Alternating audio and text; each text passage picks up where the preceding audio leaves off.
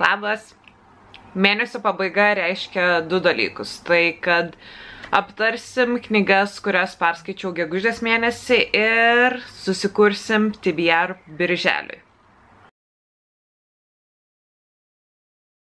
Buvo pirmasis, kai pabandžiau pasidaryti TBR ir man išėjo ganėtinai jo laikytis.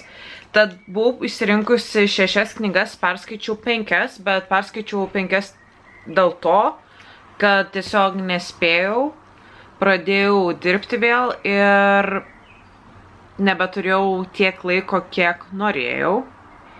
Bet vis tiek, aš nesu tokia greita skaitytoja, tai ir 5 knygos mane labai džiugina. Tai pradėkim nuo tos knygos, kurios aš nespėjau perskaityti, tai yra You Deserve Each Other.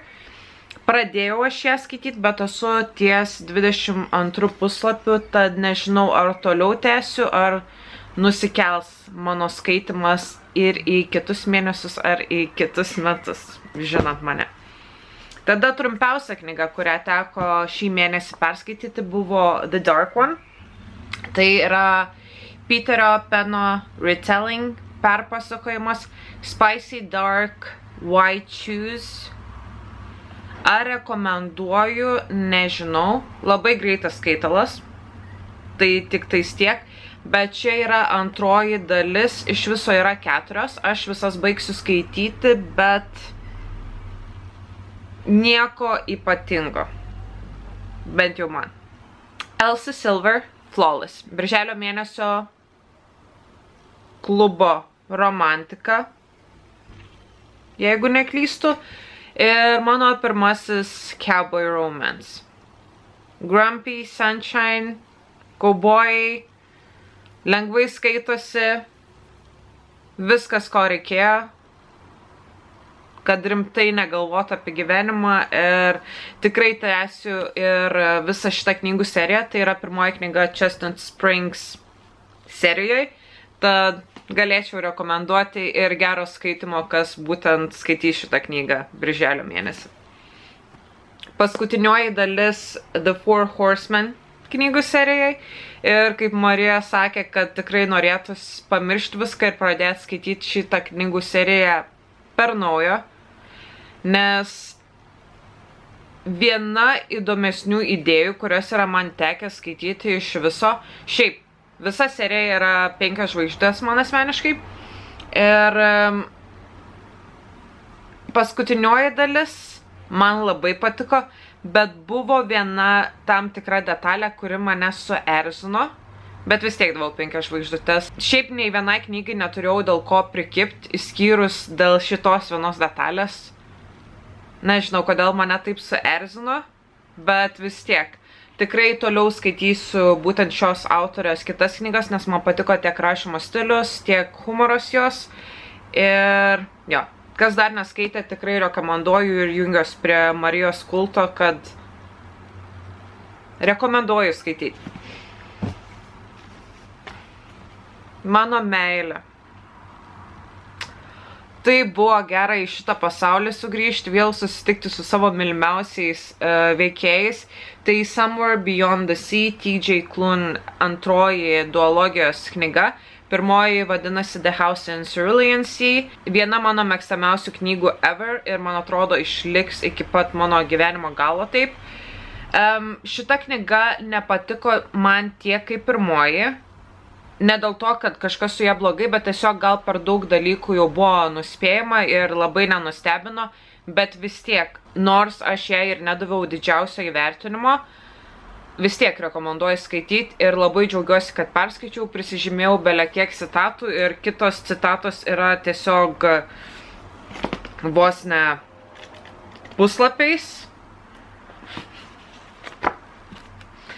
Nes kažkas yra T.J. Klune, būtent to autoriaus, kad jisai taip moka gerai sakinius rašyti, kad jie atrodo tokie šilti, tiesiog kaip apgaubia tave beskaitant. Ir sakau, tiek su šita knyga, tiek su pirmąja iš viso, ir juokiausi, ir verkiau, ir šypsojausi iki ausų, ir žodžiu.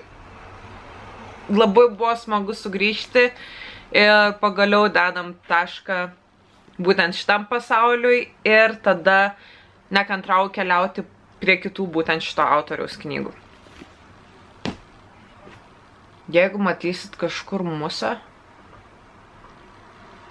tai nekreipkit dėmesio, nes man neleido visą naktį miegoti. Ir paskutinioji knyga, kurią perskaičiau gegužę, tai buvo The Lies of Lena. Pas mane jau yra antroji dalis ant Kindle viršelio, bet jo, suprantu hypą. Labai lengvai persiskaitė, labai puiki knyga įvest į antrąją knygą, nes antrojoje knygoje jau prasidėjo tokie rimtesni dalykai, rimtesnės temos gal. Nesakau, kad ten pirmoji knyga buvo ten vaikiška ar dar kažkas panašaus, bet tikrai galėčiau rekomenduoti ir tikrai skaitysiu visas likusias serijos dalis. Turėtų iš viso būti 6, dabar yra tik tais 2, tad labai tikiuosi, kad nenusivažiuos knygų serija ir bus tik tais į viršų viskas. Šiaip pirmoji patiko, bet man atrodo buvo kelios vietos, kurios irgi truputį suerzino, bet mačiau, kad nemažai žmonių tos vietos būtent buvo tokios su klaustukais, bet šiaip tikrai, sakau, suprantu hypą ir tikrai toliau aš jas skaitysiu visas. Ir tikiuosi, kad man pavyks ir birželio mėnesį pabaigti būtent antrąją dalį. Tai tokios būtų mano knygas, kurias perskaičiau gegužės mėnesį ir dabar aš turiu tokį dalyką, TBR stiklainiuką, kur aš pasirinkau parašyti tam tikras idėjas, pavyzdžiui, kaip knyga su oranžiniu viršeliu, fantazija, romantasy, romanas, knyga, kur ant viršelio yra mėnulis ir panašiai. Ar ten knyga su vieno žodžio pavadinimu. Tai įsirinksiu 5 lapelius, tada įsirinksiu knygas, kurias aš skaitysiu ir jas jums parodysiu. Tada gal nieko nelaukus, gerai susimaišom ir traukiam lapelius. Ok.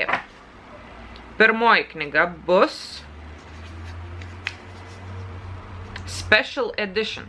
Tai specialus leidimas ir labai liuks, nes laikas pradėti savo Fairyloot ir Illumicrate leidimus skaityti. Tada antroji knyga bus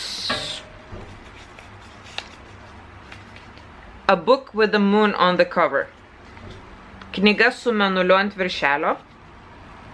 Toliau turim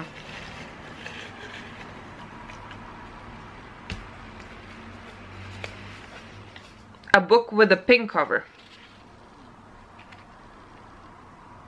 Mano mėgstamiausia spalva. Labai nice.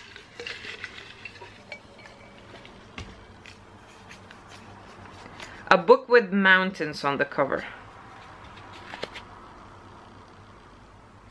Ok. Kažkaip dabar nesugalvoju.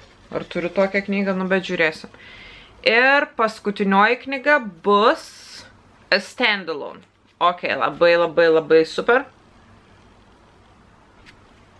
Gerai, tai turiu 5 lapelius ir einam susirasti knygas. Ir aš grįšiu pasidalinti su jomis būtent knygomis, kurias aš įsirinkau. Labai nekantrauju nusipirkti lentynas ir normaliai susidėlioti knygas, nes čia buvo pain in the ass. Gal ne literally, bet jo, kol susiradau visas knygas. Šiaip labai įdomus pasirinkimas gavas, labai įdomus toks stack. Tai pradėkim nuo knygos, kurią buvo sunkiausiai surasti. Tai A Book with the Moon on the Cover. Knyga su mėnuliu ant viršelio. Žinau, kad Watermoon turi, bet aš dar nesu nusiteikus jai skaityti. Tai įsirinkau The Night Circus. Turim čia mėnulį. Nedidelis, bet yra. Ir tai knyga, kurią aš jau irgi turiu savo TBR labai ilgai. Tai pagaliau atėjo laikas šitai. Toliau turim A Standalone, Anxious People. Irgi norėjau jau senai perskaityti, nors tai yra vienas mano naujų pirkinių. Bet tiesiog A Heart Wants What It Wants. A Book with Mountains on the Cover. Čia irgi buvo toks truputį įdomesnis variantas, nesunku prie kitų knygų prieiti, tai tikriausiai dar kažkur tikrai yra knyga su kalnais, bet pasirinkau vėl vieną naują pirkinį, tai būtų Elsie Silver Wild Love iš Rose Hill series, pirmoji knyga. Tikriausiai. Tad, jo. Skaitysim šitą ir labai gražus viršelis su kalnais ant jo. Tada turim kitą knygą su rožiniu viršeliu. Tai būtų Red, White and Royal Blue. Mano viršelis kažkaip susikniso, bet aš šitą knygą turiu jau kokie geri 3-4 metai gal.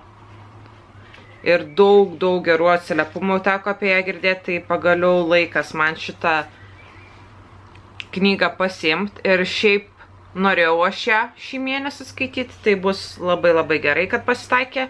Ir paskutinioji knyga yra specialus leidimas. Čia bus A Fragile Enchantment. Labai graži knyga. Pasižiūrėkim, kaip vidus. Young Adult. Ir čia buvo Fairyloot Young Adult būtent leidimas. Tai irgi labai gerai atrodo. Labai nekantrauju perskaityti. Ir čia yra Reversible Dust Jacket. Viena tokia plonesnių specialių leidimų, tad jo, man atrodo turėsiu pakankamai skaitalo aš birželiui. Tad nekantrauju pradėti.